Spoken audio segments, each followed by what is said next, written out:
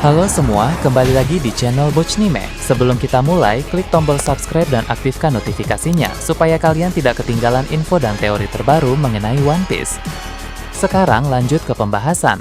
Kali ini Mimin Bochnime melanjutkan scene selanjutnya. Oh ya, sebelum biar terus bisa berinteraksi dengan kalian, subscribe di channel ini ya, dan bantu ramain video Mimin juga. Oke, yuk kita bikin One Piece makin rame lagi. Scenes kembali memperlihatkan kelanjutan percakapan antara Gaban, Hajrudin, dan Chopper di dunia bawah Elbaf sambil memantau latihan Luffy dalam menggunakan serangan haki yang lebih kuat dari sebelumnya. Beberapa waktu yang lalu mereka membahas soal persepsi tentang Dewa Matahari Nika menurut Gaban secara pribadi, dan mengenai peran penting Luffy pada perang besar dunia ketiga yang akan segera terjadi nanti. Nah, kini Hajrudin pun lanjut bertanya soal perang besar tersebut. Dia penasaran bagaimana Gaban tahu soal perang itu akan segera terjadi dan akan sebesar apa skala dari perang tersebut. Gaban pun menjawab, perang besar dunia ketiga itu sudah diramalkan sejak zaman kuno. Hal itu bukan sekedar ramalan kosong, melainkan didukung oleh data dan petunjuk yang terus bermunculan seiring berjalannya waktu. Jadi orang-orang yang mempelajari tentang rahasia dunia, seperti kelompok bajak laut Roger dan para elit pemerintah dunia, mengetahui tentang perang tersebut akan benar-benar pecah pada saat yang tepat nanti. Bahkan para peneliti di Ohara pun sebenarnya sudah tahu tentang hal itu. Secara garis besar, pertempuran dalam perang itu adalah konflik antara pihak penyandang inisial D dan pihak pemerintah dunia. Meski begitu, tentu akan ada banyak sekali orang lain yang terlibat dalam perang tersebut. Bahkan bisa dibilang hampir semua orang di seluruh dunia akan ikut dalam perang itu. Karena ini demi nasib mereka juga. Hasil dari perang itu pun akan membawa perubahan besar-besaran secara global. Jika pemerintah dunia keluar sebagai pemenang, maka mereka akan mencapai kekuasaan absolut dan mengubah banyak hal penting sesuai dengan keinginan mereka. Bayangkan saja, dengan kekuasaan pemerintah dunia sekarang, sudah banyak hal yang mereka ubah dan atur sesuka hati. Apabila jika nanti mereka mencapai kekuasaan absolut, tentulah mereka akan semakin semena-mena. Nah, besar kemungkinan pemerintah dunia juga tidak akan bisa dihentikan lagi seandainya mereka memenangkan perang kali ini, karena semua perlawanan akan langsung berhenti pada saat itu juga. Jika para penyandang inisial D yang menang, maka pemerintah dunia akan dijatuhkan, dan hal tersebut akan mengubah dunia secara fundamental, sehingga menciptakan era baru tanpa cangkraman dari organisasi politik yang sudah berkuasa selama ratusan tahun itu. Chopper pun bertanya, jika ini adalah perang antara pihak D dan pemerintah dunia, bagaimana dengan para penyandang D yang berselisih satu sama lain? Contoh paling jelas tentang hal ini adalah perselisihan antara Luffy dengan Kurohige. Gaban pun berkata, itu pertanyaan yang sangat menarik. Perselisihan para penyandang inisial D akan membuat perang besar nanti menjadi semakin kompleks dan juga rumit. Rasanya akan lebih sederhana bila para penyandang D bekerja sama saja, karena mereka semua adalah musuh pemerintah dunia. Nah, tapi melihat bagaimana perselisihan yang terjadi, termasuk hubungan buruk antara Luffy dan Kurohige, tampaknya sulit untuk memikirkan mereka bisa beraliansi di masa depan nanti. Maka dari itu, situasi secara spesifik dalam perang nanti masih misterius karena perselisihan dari orang-orang penyandang D. Hal tersebut sangat disayangkan karena baik Luffy maupun Kurohige sama-sama mengonsumsi buah iblis legendaris yang berbahaya di mata pemerintah dunia. Luffy adalah pemilik kekuatan Dewa Matahari Nika dan Kurohige adalah pemilik kekuatan kegelapan. Kedua kekuatan ini tampak bertolak belakang karena yang satu adalah sisi terang dan yang satu adalah sisi gelap. Namun apabila digabungkan untuk dipakai melawan pemerintah dunia, pasti hasilnya akan sangat luar biasa. Pemerintah dunia bisa lebih mudah untuk dikalahkan jika mereka berdua menyatukan kekuatan. Jadi, perselisihan antara para penyandang D ini memang sangat disayangkan, dan pemerintah dunia mungkin malah senang dengan hal ini. Mereka tidak mau para penyandang D bersatu karena mereka bisa memperoleh keuntungan dari konflik internal itu. Karena itulah, pemerintah dunia seringkali merasa senang jika ada para penyandang D yang saling berkonflik. Contohnya adalah dulu ketika Roger dan Garp bertarung melawan Rox di God Valley, dan sekitar 2 tahun lalu juga pernah terjadi pertarungan antara Kurohige melawan Ace, yang mana mereka juga adalah anak dari para legenda dulu. Ace adalah anak Roger dan Kurohige adalah anak Rox. Chopper pun bilang, mengingat Kurohige adalah orang yang mengalahkan sekaligus menyerahkan Ace kepada Angkatan Laut, memang sulit untuk memikirkan Luffy dan Kurohige akan beraliansi nanti. Chopper pun bertanya lagi, jadi apakah ada kemungkinan perang besar nanti menjadi 3 kubu? Gaban pun menjawab, segala kemungkinan yang bisa terjadi pada perang tersebut. Intinya, pihak Luffy harus mempersiapkan diri dengan sebaik mungkin. Gaban pun melihat ke arah Chopper dan berkata, para kru Luffy pasti akan memiliki peran yang sangat penting di masa depan nanti. Jadi persiapkanlah dari sekarang juga. Kemudian Gaban juga melihat ke arah Hajrudin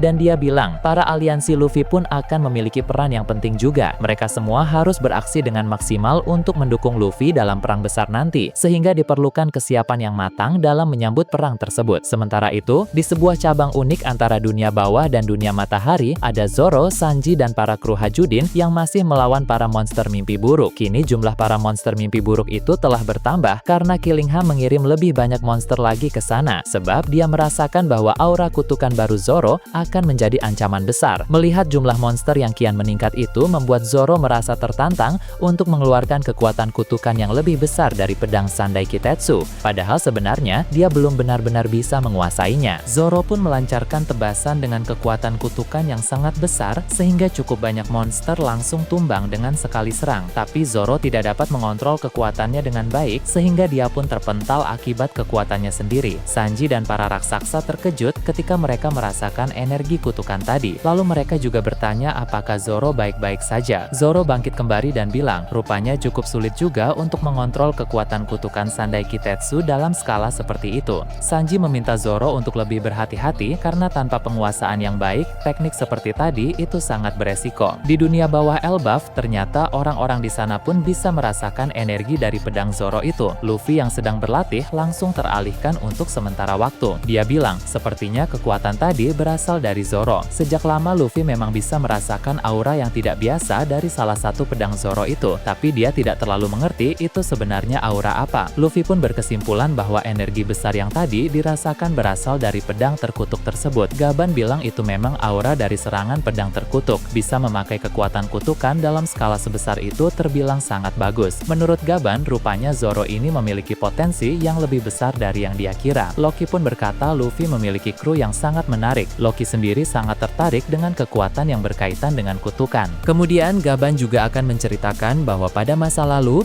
bajak laut Roger pernah bertempur melawan suatu kelompok yang dipimpin oleh seorang pengguna pedang terkutuk yang sudah menguasai dengan baik kekuatan dari pedang tersebut. Peristiwa ini terjadi sebelum Roger menjadi raja bajak laut, bahkan juga sebelum insiden God Valley. Sebagai sesama kapten, Roger pun berduel melawan pengguna pedang terkutuk itu, di mana pertarungan berjalan dengan cukup seru karena kekuatan kutukan dari pedang tersebut tidak main-main. Namun pada akhirnya, tentu Roger lah yang berhasil menang karena kekuatan hakinya pun terbilang sangat luar biasa. Gaban menduga kemampuan Zoro nanti akan lebih hebat dibanding pengguna pedang terkutuk yang dikalahkan oleh Roger dulu. Sebab selain mempunyai satu pedang terkutuk, Zoro juga memiliki dua pedang hebat yang lain. Saat bersama Zoro beberapa waktu yang lalu, Gaban tahu salah satu pedangnya adalah Enma, pedang buas peninggalan Kozuki Oden. Lalu pedangnya satu lagi memang tidak Gaban kenali, tapi memiliki aura ketenangan yang terbilang sangat unik. Jadi rupanya Wado Ichimonji ini cukup asing di mata Gaban. Namun dari aura yang pedang itu pancarkan, kestabilan aura di dalamnya benar-benar terasa. Jika Zoro mampu memaksimalkan semua potensi dari pedang-pedangnya, baik energi kutukan, kekuatan buas, dan aura ketenangan,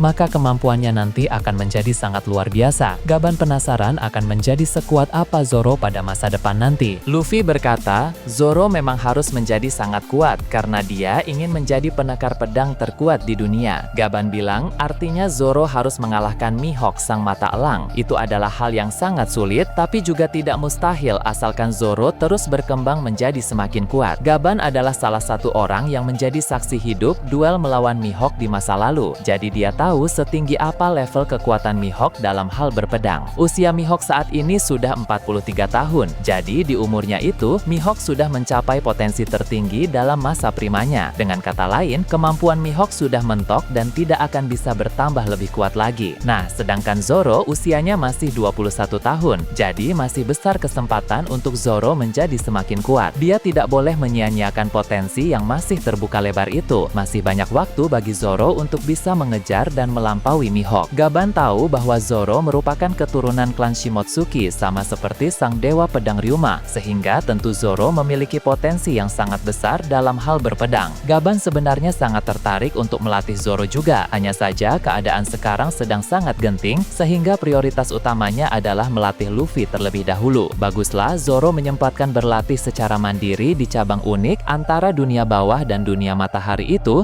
supaya setidaknya akan ada peningkatan kekuatan sebelum berperang di dunia matahari nanti. Sementara itu, di dunia surga Elbaf, tetua raksasa yang punya kemampuan unik untuk mendeteksi secara luas di Elbaf akan mulai ditampilkan kembali. Dia juga dapat merasakan energi kutukan dari pedang Zoro tadi, walau jarak mereka sangat jauh. Tetua itu berkata, dia ingat dulu sekali saat masih anak-anak ada seorang raksasa yang bisa mengeluarkan energi mirip dengan itu dari pedang miliknya. Konon itu adalah energi dari pedang terkutuk sehingga tak sembarangan orang yang bisa menggunakannya. Tetua raksasa ini pun penasaran akan sosok pengguna pedang terkutuk yang sedang berada di Elbaf sekarang ini. Walau dia bisa menduga orang tersebut berasal dari kelompok bajak laut topi jerami, sebab dia sudah mendapat informasi bahwa orang nomor 2 dalam kelompok topi jerami adalah seorang pendekar pedang. Jadi pastilah dialah sumber energi kutukan yang dia rasakan tadi. Dari pembahasan soal pedang terkutuk tadi, mulai dari salah satu musuh Roger pada masa lalu yang merupakan pengguna pedang terkutuk, hingga tadi sang tetua Elbaf berkata bahwa dulu di masa lalu ada seorang raksasa yang menggunakan pedang terkutuk. Maka semakin jelas bahwa pedang terkutuk ini tidak hanya ada 3 saja. Selain Shodai Kitetsu, Nidai Kitetsu, dan Sandai Kitetsu, di luar sana masih banyak lagi jenis pedang terkutuk. Dengan begitu, di luar sana masih banyak lagi penekar pedang kuat yang belum pernah kita lihat. Beberapa di antara mereka sepertinya akan menjadi lawan Zoro di masa depan nanti. Beralih ke tempat lain yang jauh dari sana, Mihawk dan Fujitora masih terus bertarung, walau Mihawk memang terlihat sangat unggul. Mereka juga berbincang di sela-sela duel itu. Salah satu hal yang dibicarakan adalah soal rumor bahwa Mihawk sempat melatih Zoro. Mihawk pun membenarkan hal tersebut, sehingga Fujitora merasa aneh mengapa dia mau melakukan itu. Sebab pada masa depan nanti, Zoro berpotensi menjadi ancaman bagi Mihawk. Sang penekar pedang terkuat itu pun paham soal hal itu. Malah, dia sebenarnya memang menginginkannya karena Mihawk sendiri menanti kemunculan pendekar pedang baru yang bisa melampaui dirinya. Nah, salah satu hal yang membuat Mihawk tertarik melatih Zoro itu karena Zoro merupakan keturunan klan Shimotsuki. Itu adalah klan yang sama dengan Ryuma sang dewa pedang. Menurut Mihawk, penekar pedang yang memiliki garis keturunan yang sama dengan dewa pedang Ryuma pasti memiliki potensi besar untuk melampaui dirinya. Itulah yang membuat Mihawk menjadi semakin tertarik untuk melatih Zoro. Kurang lebih yang dikatakan oleh Mihawk ini sama seperti yang dikatakan oleh Gaban tadi, bahwa Zoro sebagai keturunan Shimotsuki, Ryuma memiliki potensi besar dalam hal berpedang. Fujitora pun terkejut dan bilang dia baru tahu bahwa penekar pedang dalam bajak laut topi jerami itu adalah keturunan dari sang dewa pedang Ryuma. Selain terkejut soal Zoro yang merupakan keturunan dari Ryuma, dia juga salut kepada Mihawk karena rupanya Mihawk adalah sosok yang lebih menarik dari yang dia duga. Sang pendekar pedang terkuat itu menantikan pendekar pedang baru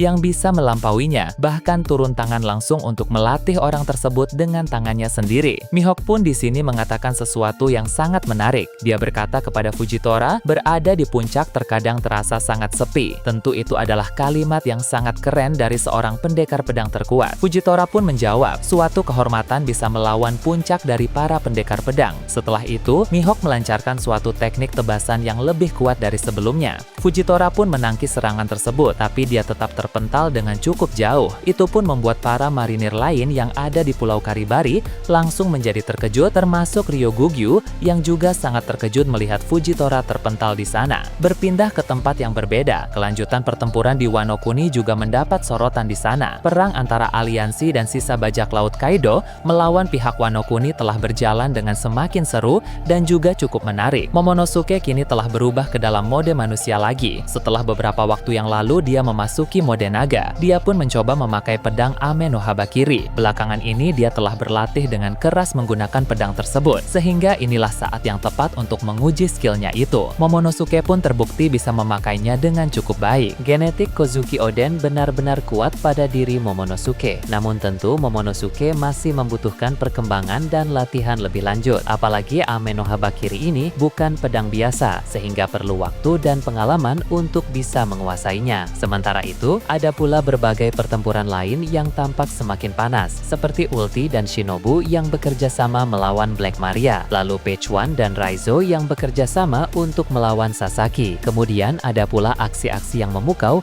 dari orang-orang seperti Denjiro, Inuarashi, dan Nekomamushi yang berhasil mengalahkan cukup banyak musuh dari kalangan aliansi Kaido yang berdatangan itu. Tampaknya para sarung pedang merah saat ini telah menjadi bertambah kuat. Nah, bagaimana menurut kalian terkait ini? Nah, itu tadi berbagai hal menarik pada pembahasan channel Bochnime kali ini. Menurut kalian bagaimana? Silahkan tulis di kolom komentar di bawah. Oke, segitu saja untuk pembahasan kali ini. Jangan lupa like, share, dan subscribe untuk video menarik selanjutnya. Peaceful World!